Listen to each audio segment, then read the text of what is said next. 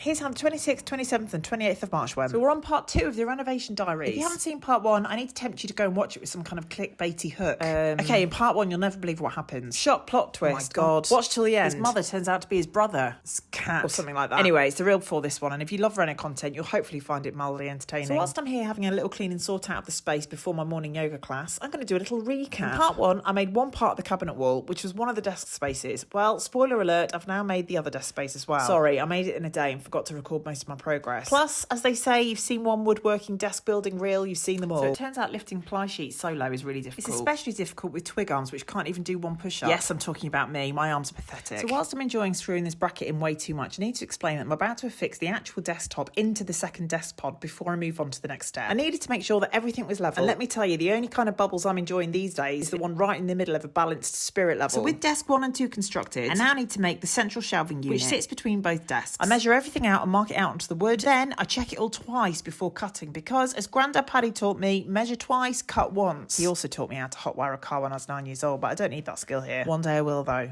One day I will. You know what? Everything with this project seems to be coming along just swimmingly. This reel marks a week since I started this project, and I've learned so many valuable things along the way, which I'm going to share with you. Sorry, I'm not about to teach you all how to start a car without the keys by bypassing the ignition switch. That said, what I am about to share with you is still great intel worth knowing. So one thing my mum's taught me, which I find really helpful, is when you're working on a project, never judge your progress based on how much or how little you've done in one day. In other words, look at 2 days progress at a time. This is basically to account for those off days where you feel like you're making zero progress. But across 2 days, I'm winning. That is genius. Another thing I've learned is that the humble sander can take a piece of really rubbish looking plywood and really can help transform it into something a little bit less rubbish. Will it become a high-end collector's piece of furniture? Maybe not. Those sanded edges do finesse it slightly and help make all the difference. Finally, another thing I've learned, like I really took time to reflect upon this and realise it, you lot are all really lovely, aren't you? The comment section of my last reel was so full of the most encouraging and supportive feedback, with so many women supporting women. Well, woman, just me. But I'm really grateful for that. Like, it made me a little bit emotional. So seriously, thank you so much for the love. Right, back to what I'm actually doing. This was the moment Dave came to visit me. He gets very excited about coming to the studio, which makes me feel really special. Then this was the moment 2 employees from Wix came to visit me as they delivered my next lot of plywood. The construction of the shelving section was going really well until I snapped me drill bit. Nipped to Wix to buy another one, and whilst I was there, I also bought some jazzy trimming. It might be pronounced yazzy trimming, maybe, with a soft J. Anyway, got back to the studio, screwed all the pilot holes for the screws, screwed all the bigger holes for the pilot holes to hide the screw heads, then screwed all the screws into the pilot holes. To be honest, all I can think about now is how I need to use that last bit of audio, stick it on OnlyFans, because it's going to make me a wedge. Anyway, enough of that nonsense. Here are the results. Absolutely chuffed with how it's all coming along, but I tell you what I'm not chuffed with, the fact that the studio always looks like it's been raided after a day of woodworking. So here is some cleaning and tidying content, which I know you lot thrive off. I mean, you're not the only ones. Sometimes I've been known to find deep cleaning videos on YouTube, which I watch to chill me out after a stressful day, because they're so satisfying to watch. But I never thought I'd be admitting that to anyone. Anyway, did a huge clean and tidy of the studio, everything felt much better, and took Einstein for a walk as the sun was setting, and that was a lovely few days.